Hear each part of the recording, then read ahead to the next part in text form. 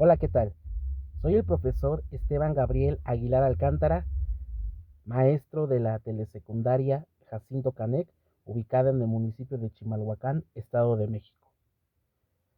En este video les explicaré acerca del proceso de la fotosíntesis. Comenzamos.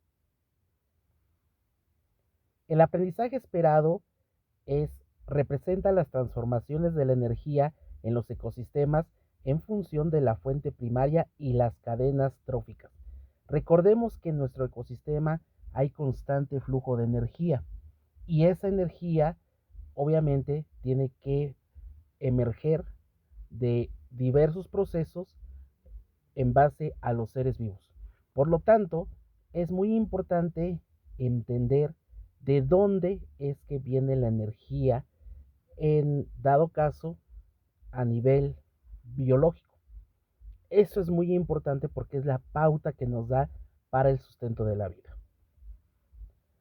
La fotosíntesis es un proceso bioquímico que facilita la vida en la Tierra, obviamente porque nos proporciona oxígeno que necesitamos para respirar. Es un intercambio gaseoso, mientras que las plantas nos proveen del gas que es vital para nosotros, nosotros al expirar le proveemos del gas, en este caso dióxido de carbono o CO2, que ellas requieren para subsistir. Sin la acción de estos microorganismos o los primeros microorganismos que surgieron en la época en que nuestro planeta comenzaba a enfriarse, prácticamente no podríamos hablar de vida.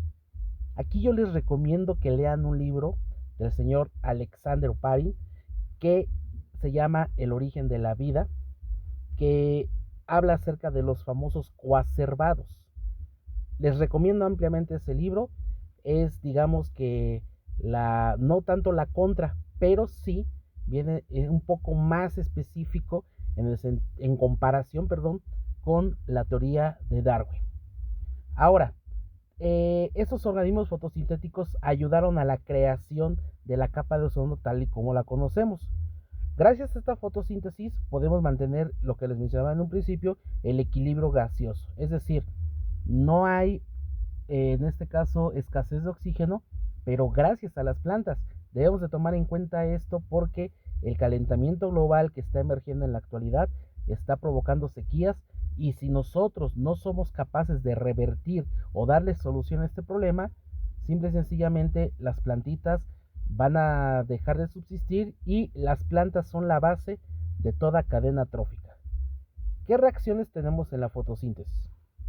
Bien, tenemos para empezar que la fotosíntesis se lleva a cabo en las hojas. En este caso, a nivel celular, hay un orgánulo que se llama cloroplasto. Ese cloroplasto tiene una sustancia que en este caso es clorofila, que es la que le da la pigmentación verde a las plantas.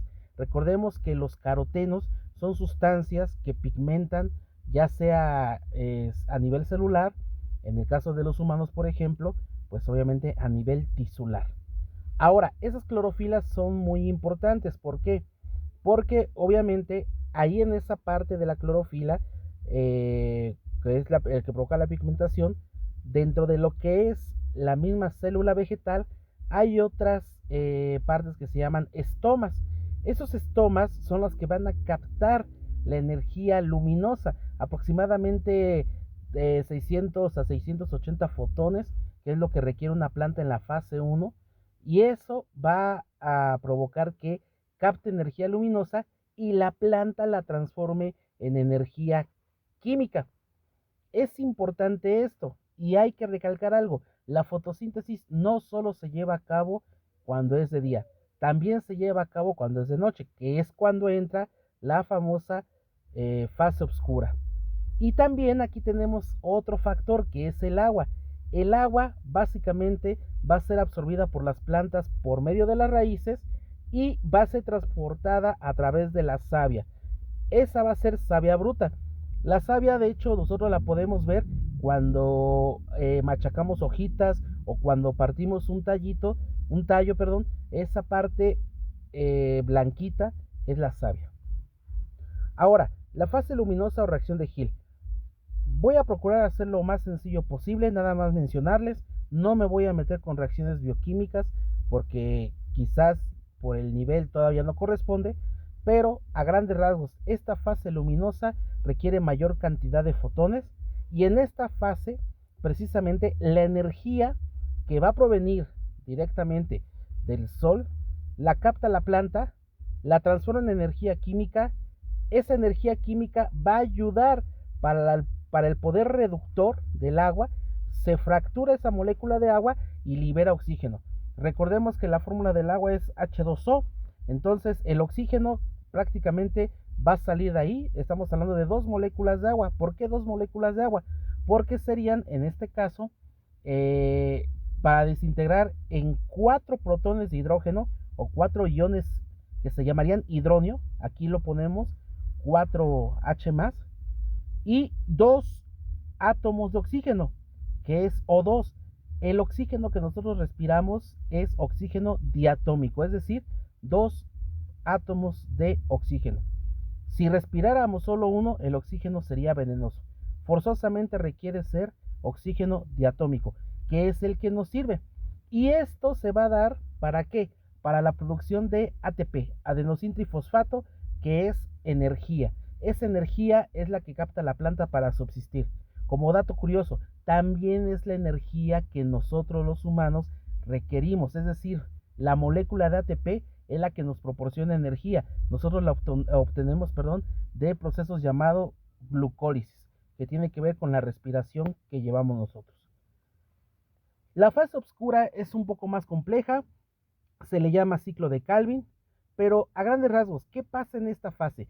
Mientras en la fase luminosa se acumuló energía para la ruptura de agua, en esta fase esa ruptura va a, digamos que la planta la va a aprovechar para captar, en este caso, del CO2 que la plantita respira, es decir, dióxido de carbono, va a liberar carbono, va a liberar, va a captar el carbono, rompe también la molécula de CO2, ese carbono lo utiliza la planta para la formación de azúcares, que esos azúcares son los que le van a servir a la planta para nutrirse. Por eso se llama un organismo autótrofo, porque genera su propio alimento.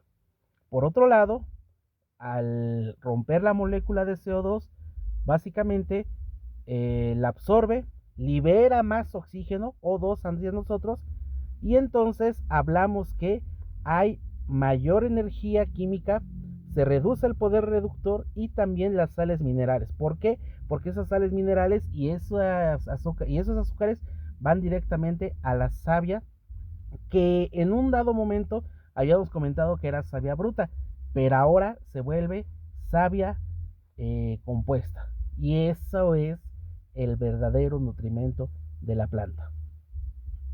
En resumen, las plantas son organismos autótrofos, mencionábamos, generan su propio alimento y se nutren mediante un proceso denominado fotosíntesis.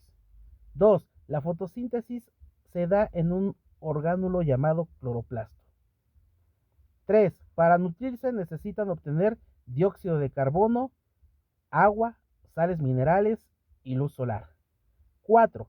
El proceso de fotosíntesis se divide en dos fases, fase luminosa y fase oscura. 5. En la fase luminosa, la luz solar permite que se acumule energía química y poder reductor, además se libera oxígeno diatómico a la atmósfera. Y finalmente, en la fase oscura se consume el dióxido de carbono y la energía acumulada para formar azúcares.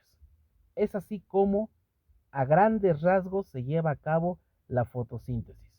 Para saber más, les recomiendo leer acerca de conversión de energía por medio de los azúcares. Esto ya es algo más bioquímico, pero a pesar de que es un nivel, esta explicación es para nivel secundaria, cuando entren a la preparatoria o al nivel medio superior, lo van a requerir. Por eso les recomiendo ampliamente leer más bioquímica sobre este proceso. Muchas gracias. Los comentarios, las dudas, las voy a dejar en los comentarios de YouTube para lo que guste. Hasta luego.